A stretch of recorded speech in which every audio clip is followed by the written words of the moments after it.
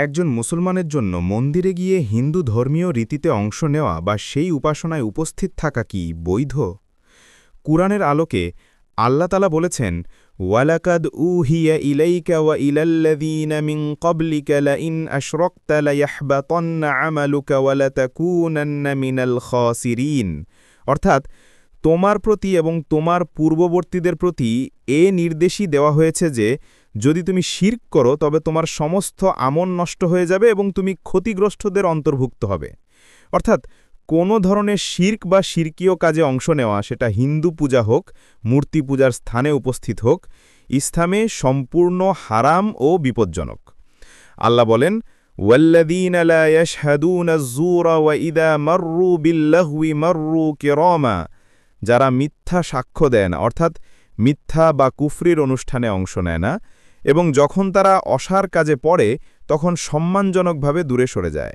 তাফসিরে ইবনে কাসির ব্যাখ্যা করেছেন যে এখানে জুর শব্দটি অন্তর্ভুক্ত করে মুশরিকদের উৎসব ও ধর্মীয় অনুষ্ঠান, অর্থাৎ একজন মুমিন কুফরি বা শিরকীয় অনুষ্ঠান থেকে দূরে থাকবে।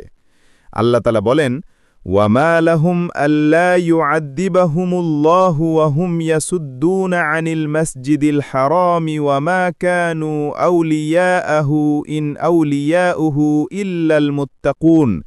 অর্থাৎ তারা মসজিদুল হারামের অভিভাবক হতে পারে না, অভিভাবক তো কেবল মুত্তাকিরাই।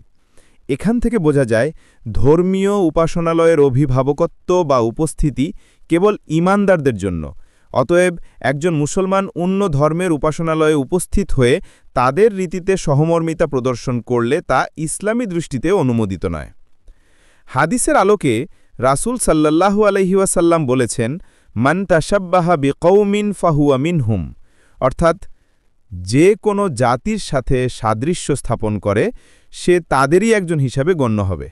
অর্থাৎ যদি কেউ মুশরিকদের ধর্মীয় আচার, উৎসব বা রীতি অনুকরণ করে বা তাতে অংশ নেয়, তাহলে সেই ইসলামী পরিচয়ের পরিপন্থী কাজ করছে। রাসূল সাল্লাল্লাহু আলাইহি ওয়াসাল্লাম বলেছেন, ইন্নাল্লাহা লাআনাল ইয়াহুদা ওয়ান নাসারা ইত্তাখাযু কুবুর আমবিয়াইহিম মাসাজিদ। অর্থাৎ আল্লাহ ইহুদি ও খ্রিস্টানদের অভিশাপ দিয়েছেন, কারণ তারা তাদের নবীদের কবরকে উপাসনালয় বানিয়েছে। এখানে শিক্ষা হল, অন্য ধর্মের উপাসনালয়ের অনুকরণ করা বা তাদের উপাসনার স্থানে গিয়ে সম্মান প্রদর্শন করা হারাম। শেষ কথা, একজন মুসলমান যদি সৌজন্য দেখাতে গিয়ে মন্দির, পূজা বা অন্য ধর্মীয় উপাসনালয়ে যায় এবং সেখানে ধর্মীয় বক্তব্য দেয়, তবে সেটা কোনোভাবেই ইসলাম সম্মত নয়। ইসলাম মানবিকতা শেখায়, কিন্তু ধর্মীয় সমর্থন বা উপস্থিতি নয়। মানবিক আচরণ মানে অন্য ধর্মের মানুষকে সম্মান করা, ন্যায় করা, কিন্তু তাদের ধর্মীয় আচার অনুষ্ঠানে যোগ দেওয়া নয়।